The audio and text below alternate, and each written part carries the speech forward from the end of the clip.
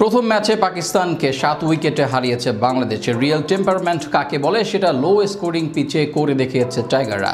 প্রথম ম্যাচে ব্যাটে বলে দুর্দান্ত নৈপুণ্য দেখিয়ে জয় পাওয়ার পর দ্বিতীয় ম্যাচেই বাংলাদেশের লক্ষ্য থাকবে সিরিজটি নিজেদের করে নেওয়ার। সেই লক্ষ্যে আরও একবার নিজেদের সেরা একাদশ নিয়ে মাঠে নামতে হচ্ছে বাংলাদেশকে। তবে কেমন হবে দল সেটাই জানবো প্রতিবেদনের বাকি অংশে। দল হিসেবে পাকিস্তানের ইতিহাস ও রেকর্ড যতই সমৃদ্ধ হোক না কেন, অভিজ্ঞতা ও পারফরমেন্স বিচারে এই বাংলাদেশ দল অনেক এগিয়ে। একসময় নামের ভারে প্রতিপক্ষ দল কাঁপলেও এবার পারফরমেন্সই প্রমাণ করেছে কারা সত্যিকারের এগিয়ে। মাঠে কথাই বলেছে বাংলাদেশ দল।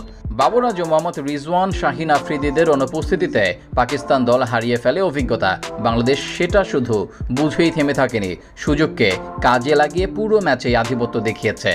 শুরু থেকে শেষ পর্যন্ত আত্মবিশ্বাস, নিয়ন্ত্রিত পারফরমেন্স আর কৌশলগত বিচক্ষণতায় বাংলাদেশ বুঝিয়ে দিয়েছে তারা এখন আর কাগজে কলমে নয়, পারফরমেন্সেও দারুণ। আর সে কারণেই তো প্রথম ম্যাচে 7 উইকেটের দারুণ এক জয়। এদিকে প্রথম ম্যাচে তো জয় এসেছে, কিন্তু এখন কি আর বসে থাকার সময়? কালই তো 22 তারিখ, যেখানে দ্বিতীয় ম্যাচে মাঠে নামবে দুদল। বাংলাদেশের লক্ষ্য অবশ্য বেশ পরিষ্কার থাকার কথা, এই ম্যাচে জয় তুলে নিয়ে নিশ্চিত করতে চাইবে সিরিজ। আরও একবার সেরা একাদশ সাজিয়েই মাঠে নামবে লিটনের দল। তবে কেমন হবে বাংলাদেশের সেরা একাদশ, চলুন দেখে নেওয়া যাক। ওপেনার হিসেবে একাদশে থাকবেন পারভেজ হোসেন ইমন এবং তানজিদ তামিম। দুজনের মাঝে একটা ইতিবাচক দিক আছে, সেটা হচ্ছে একজন খারাপ করলেও অন্যজন ভালো করবেই। এটাই বাংলাদেশকে এগিয়ে নিয়ে গেছে অনেকটা। এদিকে ক্যাপ্টেন লিটন তো সেলফলেস, আগে ওপেনার থাকলেও এখন দলের প্রয়োজনে 3 নম্বরেই ব্যাট করেন তিনি। লঙ্কানদের বিপক্ষে ঐতিহাসিক সিরিজ জয়ে তিনি ছিলেন সিরিজ সেরা খেলোয়াড়। তবে পাকিস্তানের সাথে প্রথম ম্যাচে পারেনি সুবিধা করতে, দ্বিতীয় ম্যাচে রানে ফিরবেন তিনি, সেই আশা থাকবে দলের। এদিকে 4 নম্বর পজিশনে খেলবেন তাওহিদ হৃদয়। সাম্প্রতিক ছন্দে ফিরেছেন তিনিও, যা দলের জন্য স্বস্তির। গুরুত্বপূর্ণ সময়ে রান আসছে তার ব্যাট থেকে, যদিও ধীর গতিতে, তবে দলের প্রয়োজনে এটা এখন পারফেক্ট। এদিকে ব্যাটিং অর্ডারে আরও থাকবেন শামীম হোসেন পাটোয়ারি ও জাকের আলী অনিক।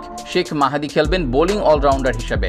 প্রথম ম্যাচে বল হাতে সময়টা ভালো যায়নি মাহিদির। এবার চোখ দেয়া যাক বোলারদের দিকে। পাকিস্তান সিরিজটি গুরুত্বপূর্ণ, তাই সেরা দল নিয়েই নামতে হবে মাঠে। 3 জন ফাস্ট বোলার ও আরও একজন থাকবেন স্পিনার। সেই হিসাবে রিশাদের দলে থাকা নিশ্চিত। কিপ্টে বোলিং আর ব্যাট হাতে রান তোলার ক্ষমতা তাকে অপরিহার্য করে তুলেছে দলে। এবার দেখা যাক বোলারদের দিকেই। 3 জন ফাস্ট বোলারদের মাঝে একজন হবেন মুস্তাফিজুর রহমান। কেন তিনি দেশের সেরা ফাস্ট বোলার? প্রথম ম্যাচে সবাইকে আরও একবার মনে করিয়ে দেন তিনি। বাকি 2 জন হবেন তাসকিন আহমেদ ও তানজিম সাকিব। একমাত্র লেগ স্পিনার হিসেবে দলে থাকবেন রিশাদ। সবকিছু ঠিক থাকলে দ্বিতীয় ম্যাচে সিরিজ জয়ের উদ্দেশ্যে অপরিবর্তিত একাদশ নিয়েই মাঠে নামবে বাংলাদেশ দল।